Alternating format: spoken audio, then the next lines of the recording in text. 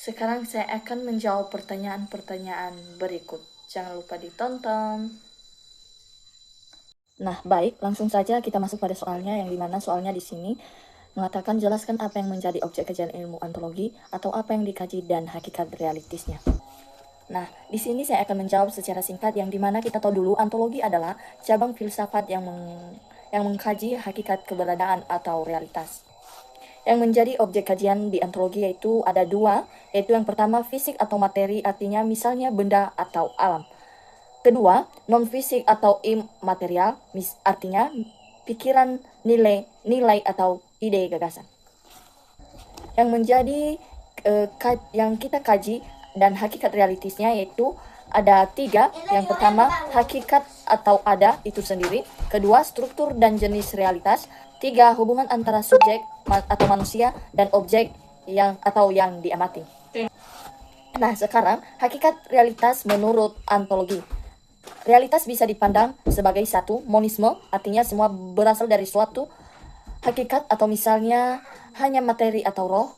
Dua, dualisme, artinya terdiri dari dua hakikat, materi dan roh. Ketiga, pluralisme, artinya terdiri dari banyak unsur.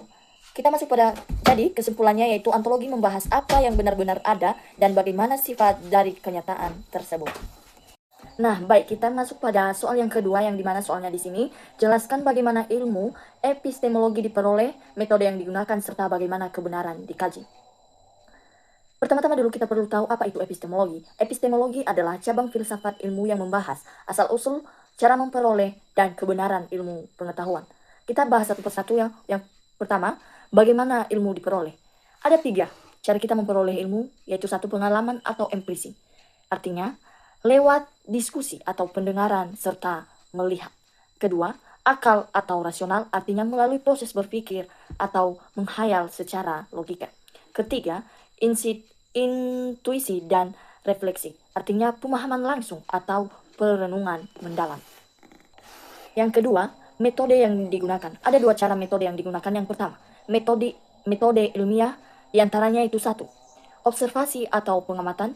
Dua, perumusan masalah. Tiga, hipotesis atau dugaan sementara. Empat, eksperimen atau penelitian. Lima, analisis data. Dan enam, penarikan kesimpulan. Metode yang kedua yaitu menggunakan pendekatan. Yang pertama, induktif dari khusus ke umum dan deduktif dari umum ke khusus. Baik, sekarang kita masuk pada pembahasan yang ketiga, yang dimana bagaimana kebenaran diuji. Ada tiga cara kita mengungkapkan bagaimana kebenaran diuji. Yang pertama, korespondensi, artinya sesuai dengan fakta atau realitas. Yang kedua, koherensi, artinya konsisten dengan teori atau pengetahuan lain.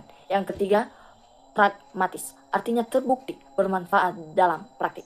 Jadi, kesimpulannya yaitu epistemologi menjelaskan bagaimana kita memperoleh ilmu, metode yang digunakan, dan cara memastikan bahwa ilmu tersebut benar. Sekarang kita masuk pada soal yang ketiga, yang dimana soalnya di sini jelaskan nilai, etika, dan tujuan penggunaan ilmu aksiologi dalam kehidupan. Pertama-tama dulu kita tahu itu apa itu aksiologi. Aksiologi adalah salah satu cabang filsafat yang membahas nilai, etika, dan tujuan penggunaan ilmu pengetahuan. Yang pertama, yang kita bahas itu nilai dalam aksiologi. Ilmu dulu harus memiliki nilai guna atau manfaat bagi manusia. Yang pertama, nilai yang harus ada yaitu nilai kebenaran atau ilmiah. Yang kedua, nilai moral, yang artinya baik atau buruk. Yang ketiga, nilai keindahan atau estetika. Yang kedua yang kita bahas yaitu nilai penggunaan ilmu.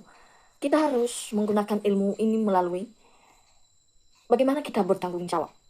Bagaimana kita agar kita tidak bisa merugikan manusia atau lingkungan. Menjunjung tinggi norma, moral, dan kemanusiaan. Contohnya, teknologi digunakan untuk kesejahteraan, bukan untuk merusak. Yang ketiga yaitu tujuan penggunaan ilmu. Tujuan meliputi 4 tujuan yang harus kita tahu untuk pengguna ilmu. Yang pertama, meningkatkan kesejahteraan manusia. Yang kedua, memecahkan masalah kehidupan.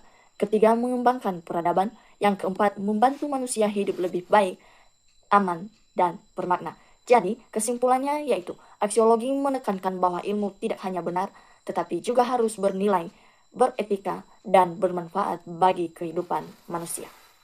Baik, sekarang kita masuk pada soal nomor 4, yang dimana soalnya, apa keterkaitan ontologi, epistemologi, dan aksiologi sebagai landasan utama filsafat ilmu? Kita tahu dulu ketiga ini tidak bisa dilepaskan, karena alasannya, ontologi, membahas tentang apa yang dikaji, artinya menentukan objek atau realitas yang dipelajari. Yang kedua, epistemologi, atau bagaimana cara mengetahui, artinya menjelaskan cara memperoleh ilmu dan metode yang digunakan. Ketiga, aksiologi, atau untuk apa ilmu digunakan, artinya menjelaskan bahwa mengkaji nilai, etika, dan tujuan penggunaan ilmu. Kita tahu keterkaitan ketiga ini, yaitu yang pertama, ontologi menentukan apa yang dipelajari. Epistemologi menentukan bagaimana cara mempelajarinya. Yang ketiga, aksiologi menentukan untuk apa ilmu itu dipelajari.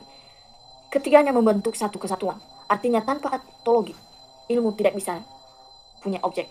Atau sebaliknya, tanpa epistemologi, ilmu tidak punya metode. Begitupun dengan sebaliknya, tanpa aksiologi, ilmu tidak bisa disalahgunakan.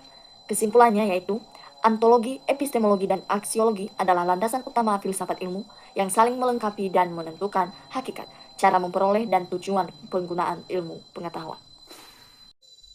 Demikian jawaban menurut saya. Jika ada kesalahan dan kekurangan, mohon dimaafkan. Atas perhatian saya ucapkan terima kasih. Ya Ahow.